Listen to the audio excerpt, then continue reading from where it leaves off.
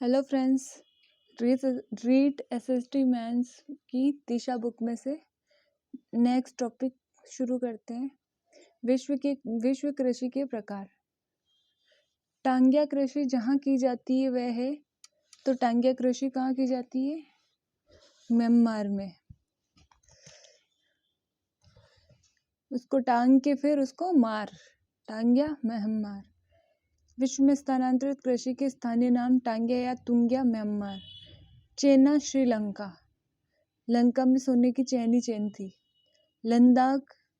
Ladang Indonesia और Malaysia, Hindeshiya में। Ladang Indonesia और मलेशिया। मिल्पा मध्य अमेरिका एवं मैक्सिको, रोडेशिया। मिल्पा पा मिलेंगे, कहाँ मिलेंगे? मध्य अमेरिका, मैक्सिको और रोडेशिया में। रोका ब्राजील में। कहाँ रोका? ब्राजील में, एक झील में जाने से रोका। जूम उत्तरी और पूर्वी भारत में। झूमो वहां पे जाके घूमो और झूमो। Conuco Venezuela. Conuco Venezuela. Tavy Madagascar, Madagascar के ऊपर टावी पड़ा हुआ है। कैगिन फिलीपींस। कैगिन गिन, क्या गिन? पिनों को गिनो, पिंस फिलीपींस। हुमा जावा, हुमा जावा एक मंत्र लग रहा है ना, हुमा जावा। लोमन पश्चिम अफ्रीका। पश्चिम अफ्रीका में क्या है? लोमन है, लोमन। लोयन तो है ही है वहां पे, पर लोमन भी है।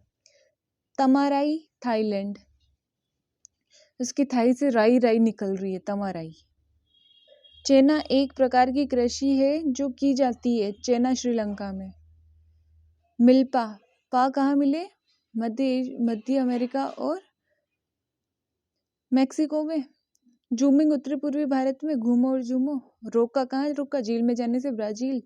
लदांग नो, श्रीलंका नहीं, लदांग है अपना इंडोनेशिया और मलेशिया। लदा पता क्षेत्र लगता है ना ये पूरा, तो लदांग। ब्राजील में स्थानांतरित कृषि जानी जाती है।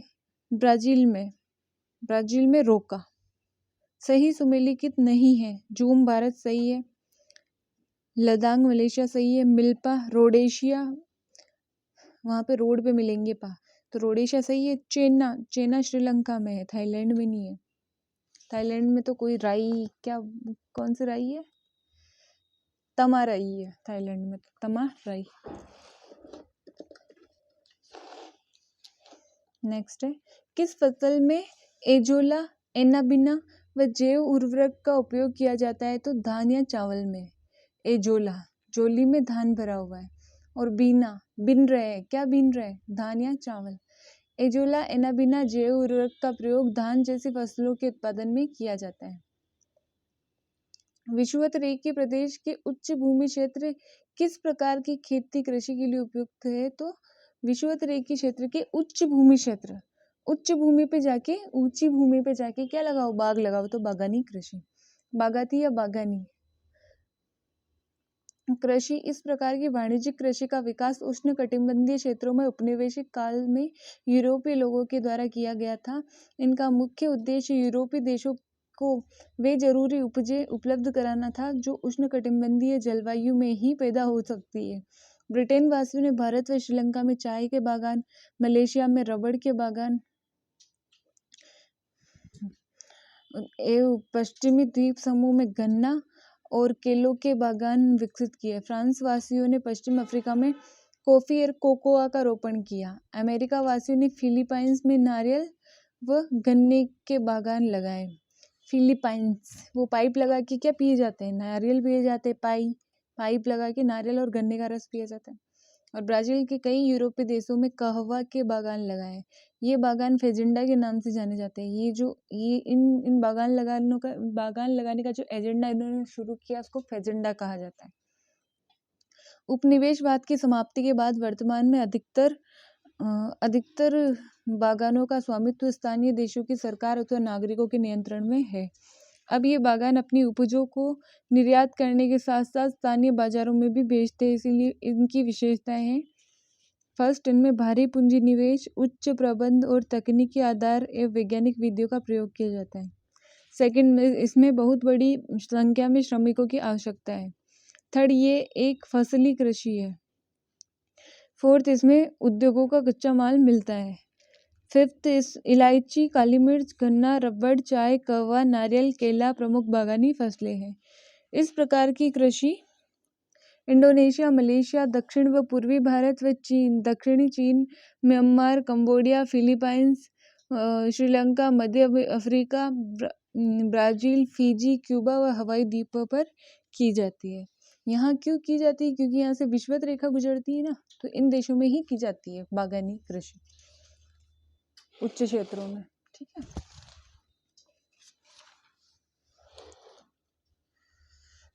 कौन सा क्षेत्र भूमध्य सागरीय कृषि का प्रदेश नहीं है? तो भूमध्य सागरीय में न्यूजीलैंड नहीं है, तो क्योंकि न्यूजीलैंड तो ऑस्ट्रेलिया से भी नीचे है, तो वहाँ पे तो भूमध्य सागरीय कृषि कैसे हो सकती है? वहाँ पे तो मकर रेखा आ जाती है। और तो मध्य चिली है, दक्षिण अफ्रीका व दक्षिणोत्तर भारत भाग है, और कैलिफोर्निया है। भूमध्य सागरीय कृषि, भूमध्य सागरीय कृषि अति विशिष्ट प्रकार की कृषि है। इसका विस्तार भूमध्य सागर के समीपवर्ती क्षेत्र जो दक्षिणी यूरोप से उत्तरी अफ्रीका में ट्यूनीशिया से अटलांटिक तट पर फैला है। दक्षिणी कैलिफोर्निया, मध्यवर्ती चिली, दक्षिण अफ्रीका का दक्षिण पश्चिम भाग व ऑस्ट्रेलिया के दक्षिण व दक्षिण पश्चिम भाग में है। खट्टे फलों की आपूर्ति करने में यह क्षेत्र महत्वपूर्ण है। अंगूर की कृषि भूमध्य क्षेत्र की महत्वपूर्ण विशेषता है। इस क्षेत्र के कई देशों में अच्छे किस्म के अंगूरों में से उच्च गुणवत्ता वाली मदिरा का उत्पादन किया जाता है। निम्न श्रेणी के अंगूरों को सुखाकर मुनक्का और किशमिश बनाई जाती है। अंजीर एवं जैतून भी यहाँ उत्पन्न होता है। शीत ऋतु में जब यूरोप एवं संयुक्त राज्य अमेरिका में फलों की सब्जियों की मांग होती है, तब इसी क्षेत्र से आपूर्ति की जाती है। शीत ऋतु में यूरोप व अमेरिका में इसी क्षेत्र से सब्जियां व फल भेजे जाते हैं। यहाँ पे मुनक्का, किशमिश, अंजीर, जैतून, मदिरा ये सब बनती है। ठीक है। विश्व में कपास उत्पादन का सबसे विशाल क्षेत्र कौन सा है? तो अमेरिका है। नवीन आंकड़ों के अनुसार कपास का प्रति हेक्टेयर उत्पादन विश्व में सर्वाधिक ऑस्ट्रेलिया में होता है तथा चीन द्वितीय स्थान पर है। विश्व में निम्नलिखित में से किस एक प्रदेश में गहन निर्वाह कृषि अधिक प्रचलित है? तो गहन निर्वाह कृषि मानसूनी प्रदेश में है। गहन निर्वाह कृषि इस प्रकार की कृषि मानसूनी एशिया के घने बसे देशों में की जाती है। गहन निर्वाह कृषि दो प्रकार की होती है। चावल प्रधान गहन निर्वाह कृषि, इसमें चावल प्रमुख फसल होती है। अधिक जनसंख्या घनत्व के कारण खेतों का आकार छोटा होता है और कृषि कार्य में कृषक का संपूर्ण परिवार लगा रहता है। भूमि का गहन उपयोग होता है और यंत्रों की अपेक्षा मानव श्रम का अधिक महत्व होता है। उर्वरकता बनाए रखने के लिए पशुओं के गोबर व खाद एवं हरी खाद का उपयोग किया जाता है। इस कृषि के प्रति इकाई उत्पादन अधिक होता है, परंतु प्रति कृषक उत्पादन कम। इसका विस्तार Bharat, Bangladesh, Myanmar, Indonesia, Cambodia, Thailand, दक्षिण व मध्य चीन में मिलता है।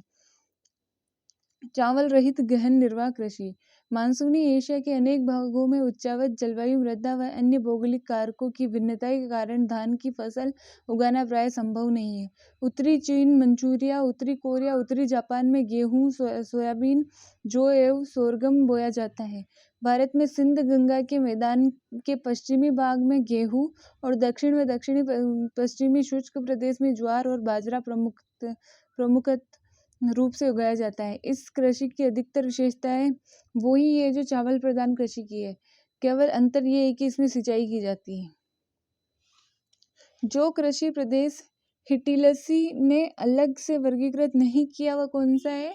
वह शुष्क कृषि प्रदेश है। बाकी हिटिलसी ने चलवासी पशुचारण प्रदेश, भूमध्य सागरीय कृषि प्रदेश व विशिष्ट बागवानी कृषि प्रदेश को अलग से वर्गीकृत किया है। हिटलेसी ने विश्व की कृषि को 13 कृषि प्रदेशों में बांटा है। मैं हिट हो रही हूँ तो 13 क्या जाता है? 13। सबसे पहले चलवासी पशुचारण, चलते चलते पशु जो पशुचारण करते हुए जाते हैं वो हिट होते हैं। पशुपालन करना भी एक हिट काम है। स्थानांतरित कृषि करना भी हिट काम है। आदिम स्थानबद्ध कृषि करना भी हिट काम है। गहन जीवकोपार्जी चावल प्रदान कृषि करना भी हिट काम है। गहन जीवकोपार्जी चावल विहीन कृषि करना भी एक हिट काम है। वाणिज्य रोपण कृषि करना भी हिट काम है। भूमध्य सागरीय कृषि करना भी क्या है, एक हिट काम है। वाणिज्यिक अन्य कृषि करना भी एक हिट काम है। वाणिज्यिक पशु एवं फसल कृषि करना भी हिट काम है। जीविकोपार्जी फसल और पशु की कृषि करना भी हिट काम है। और वाणिज्यिक डेयरी कृषि करना भी हिट काम है। और विशिष्ट उद्यान कृषि करना भी एक हिट काम है। ठीक है। विश्व के कृषि प्रदेशों के विभाजन का पहला वैज्ञानिक प्रयास किसने किया? तो हिटलेसी, वाइटलसी हिटलेसी ने किया। चावल का कृषिगत उत्पादन सर्वप्रथम कहाँ हुआ? तो दक्षिण एशिया में। दक्षिण एशिया के लोग चावल भी ज़्यादा ही खाते हैं। चावल का कृषिगत उत्पादन सर्वप्रथम एशिया में हुआ। इसलिए एशियाई संस्कृति को चावल संस्कृति कहा जाता है। विश्व में केले का सबसे बड़ा उत्पादक है तो भारत है। वर्तमान में केला उत्पादन करने वाले शीर्ष देश क्रमशः भारत, चीन, इंडोनेशिया है। विश्व की सबसे बड़ी आर्थिक व्यवस्था कौन सी है? तो संयुक्त राज्य अमेरिका की व्यवस्था सबसे बड़ी है। ग्रीन बॉक्स अनुदान किससे संबंधित है? तो WTO के तहत कृषि पर से संबंधित है। विश्व व्यापार संगठन WTO की शब्दावली में सब्सिडी को रोड ट्रैफिक लाइट के रंगों की तर्ज पर 3 बॉक्स ग्रीन, एम्बर पीलेपन के साथ नारंगी को एम्बर कहते हैं और रेड के रूप में पहचाना गया। इसके अलावा विकासशील देशों के लिए SSD बॉक्स व डेवलपमेंट बॉक्स के रूप में सब्सिडी के संबंध में छूट दी गई। इसमें विकासशील देशों में कृषि के लिए दी जाने वाली निवेश सब्सिडी शामिल है। निम्नलिखित में से कौन सा देश विश्व में ईंधन कास्ट का सबसे बड़ा उत्पादक है? तो भारत। खाद्य और कृषि संगठन सांख्यिकी के नवीनतम आंकड़ों के अनुसार ईंधन कास्ट वुड फ्यूल का उत्पादन करने वाले देशों में भारत का प्रथम और चीन का द्वितीय स्थान है। भू संरक्षण की परिरेखा बंधन की विधि का प्रयोग कहाँ के लिए होता है? तो भू संरक्षण की परिरेखा बंधन विधि का प्रयोग पहाड़ी ढलान क्षेत्रों में किया जाता है। वर्षा के दौरान ये पानी के बहाव को धीमा करके मृदा अपरदन को रोकता है। इसके तहत पहाड़ी ढलानों पर मेड़बंदी करके खेती की जाती है, जिससे बारिश का पानी तेजी से नीचे की ओर जाता है और मृदा कटाव कम होता है। श्रीलंका में कॉफी की कृषि किस रोग के कारण बंद कर दी गई है? तो पर्णकिट्ट के कारण। पर्णकिट्ट रोग लग गया तो कॉफी की कृषि वहाँ पे श्रीलंका में बंद कर दी गई।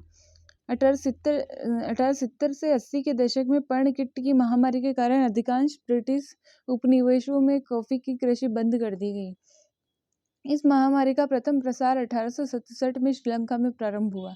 कॉफी पौधों में फैली इस बीमारी के पश्चात अनेक देश चाय उत्पादन में संलग्न हो गए और कॉफी कृषि की बर्बादी के लिए जिम्मेदार हेमिलिया बास्टाटिक्स बर्फ नामक फंगस कॉफी की उसमें बास आने लगी। हेमिलिया बास्टाटिक बर्फ जैसा होके बास आने लगी तो नामक फंगस की निचली पत्तियों की सतह को प्रभावित करता है।